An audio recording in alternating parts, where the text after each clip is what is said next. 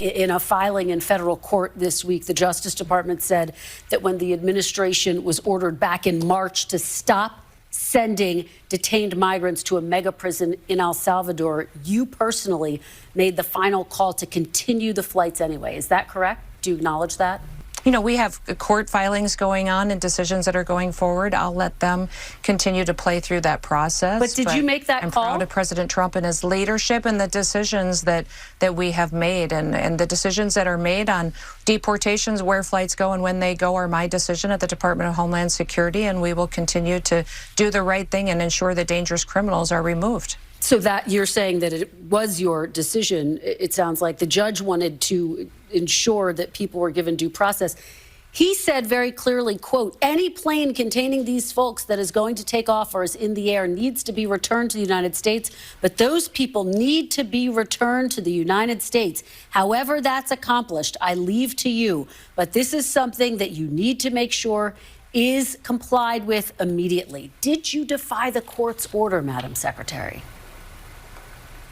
No, Kristen, and that's one of the things that we continue to face across this country is activist judges who are using radical decisions that have no standing and no grounds to try to stop what President Trump is doing to protect America and to keep us safe. So we'll continue to do the right thing, continue to work and protect Americans no matter what radical judge comes out and tries to stop us. We'll do the right thing and know that we're on the side of the law, the side of the Constitution, and the side of the American people. Kristi Noem needs to stay off TV. In fact, I'm sorry, Kristi Noem needs to be in handcuffs because she just got cornered on violating that court order.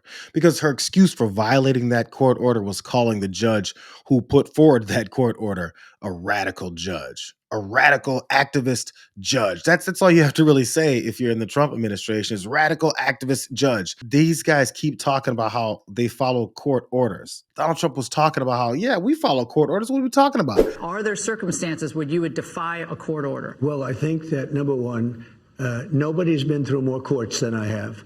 I think nobody knows the courts any better than I have. I would say the chief judge does, but nobody knows them better than I have. And what they've done to me, I've had the worst judges. I've had crooked judges. Going forward, I had judges that were so corrupt. Because we all know that was outrageous. I never did defy a court order. And you wouldn't in the future? No, you can't do that. However, we have bad judges. We have very bad judges. And these are judges that shouldn't be allowed. I think at a certain point, you have to start looking at what do you do when you have a rogue judge? The problem with that is they don't follow court orders. What she's too busy doing is promoting herself and their imprisonment process and their torture process in front of these prisoners here. Do you guys remember this? This is from months ago, like April or May. Here at CCOT today and visiting this facility. And first of all, I want to thank El Salvador and their president for their partnership with the United States of America to bring our terrorists here and to incarcerate them and have consequences for the violence that they have perpetuated in our communities. I also want everybody to know if you come to our country illegally, this is one of the consequences you could face. First of all, do not come to our country illegally. You will be removed and you will be prosecuted. But know that this facility is one of the tools in our toolkit that we will use if you commit crimes against the American people. Imprisoning people with no due process in another country is part of the tools in their toolbox that they're going to use to continue their fascist run of the country. So I just want to give you guys that quick flashback.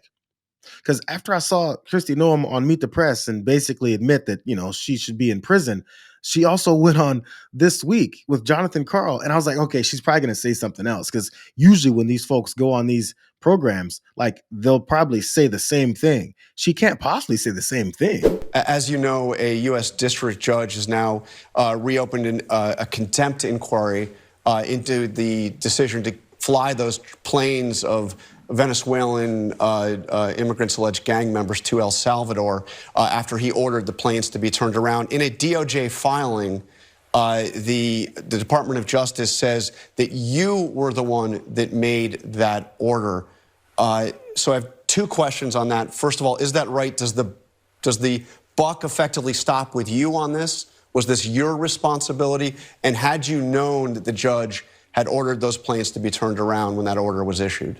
Yes, I made that decision, and that decision was under my complete authority and following the law and the Constitution and the leadership of this president, who is dedicated to getting dangerous criminal terrorists and gangs and cartels out of our country.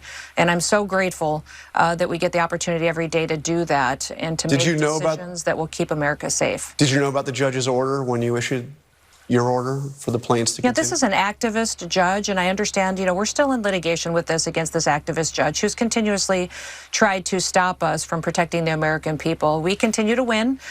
His ridiculous claims are not in good standing with the law or the Constitution. We'll win this one as well, and we comply with all federal orders that are lawful and binding, and we will continue to do that. But I'm proud of the decisions that I've made, proud to work for this president each and every day to keep America safe. Yes, I defied that court order, and I can do that. Back to the activist judges, though. She keeps pushing the activist judges line as if that's, again, an excuse for it. I can do whatever the hell I want. I can violate the Constitution. I can defy lawful orders from a judge. I can do all that stuff because I'm Kristi Noem, and this guy is an activist judge. It doesn't even matter if this guy falls in the line of what they claim to be an activist judge. It actually doesn't matter. But what's even worse is that he doesn't even fall in the line of what they consider an activist judge. Here, we'll let this conservative tell everyone where this judge actually lands. They're dealing with a judge, Judge Boasberg, who's not some like 1960s Ninth Circuit hippie. He is one of the most respected conservative jurists in Washington, D.C. There are people on the Supreme Court who know him extraordinarily well. Long before Donald Trump ever thought about running for the Republican nomination in 2015, this judge that you're looking at right here was a rock solid member of the jurist community in Washington, D.C., and beloved and respected by real conservatives. So to try to paint him as some left-wing radical certainly is not going to work in Washington among conservatives, and it's not going to work on the Supreme Court. They know who Judge Boasberg is. They knew him well before they ever dealt with Donald Trump for the first time in 2017, either directly or indirectly. And so when you read news stories that Todd Blanche and Emerald Bovee both, according to news reports, told Kristi Noem to ignore a judge's orders, and Emerald Bovee actually saying to tell the court to F off. The consequences for these two men in the long run just aren't good. I want to say again, like we did earlier, we knew this was happening when it was happening.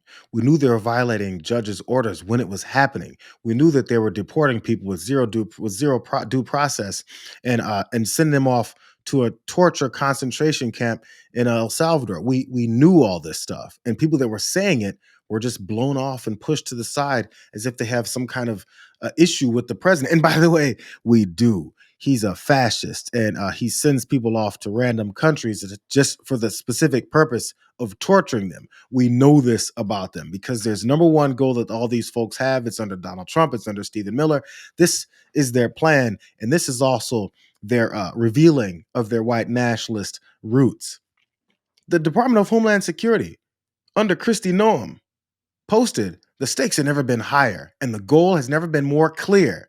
Remigration now. Remigration now? That's weird. It's almost like it's exactly what it is that we said these guys are.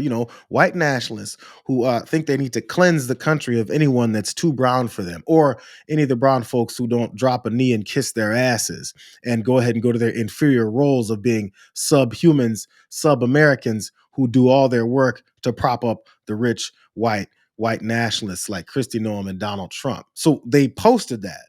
No one hacked the account. No one made up some new term. But Kristi Noem did have to answer one more time. President Trump wrote on Thursday, quote, "Only reverse migration can fully cure this situation." On Friday, DHS posted, quote, "Remigration now." As you probably know, this term has been used in different situations, but including by the far right in Europe to call for the mass deportation of non-white immigrants. How specifically does the Trump administration define remigration? Well, President Trump has been working towards cleaning up the mess that Joe Biden left us ever since he came into the White House. But how do you define that as you word, know, Secretary President Noem? How do you Biden define let that word? 15. Well, first of all, we have criminal illegal aliens we've been targeting since day one. We have removed millions of people from this country already just in the few short months that President Trump has been president by making sure we're going after criminal illegal aliens that are murderers, rapists, and criminals and getting them out of our country, bringing them to justice, and then encouraging people to go home.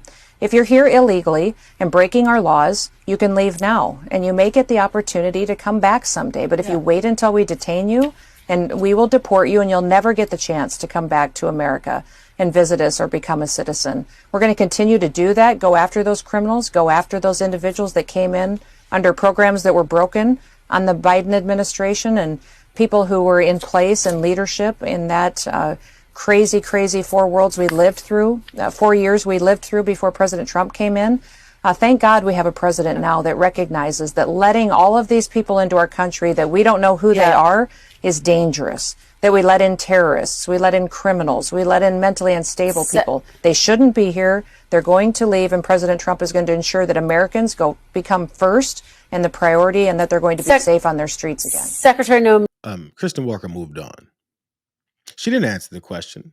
What's the connection with this remigration post? Why are you guys white nationalists? Why do you keep denying that you're Nazis? It's pretty obvious that's what your goal is. We're not getting off this point until you answer the question, or we can end this interview. It's time to go ahead and call them out for covering up and not answering the questions that they went on to be so proud of. Are you proud of being a white nationalist? Are you going to throw out the Heil Hitler salute? At what point are you going to finally take the full mask off? Because it is right there. Did someone hack your account, Kristi? Or are you a white nationalist that we already know? Or the white nationalists that are above you telling you what to do because you're just the puppet person who's supposed to dress up and act like you have some kind of control over your department while you go and push white nationalist rhetoric? She didn't ask her those questions. Okay.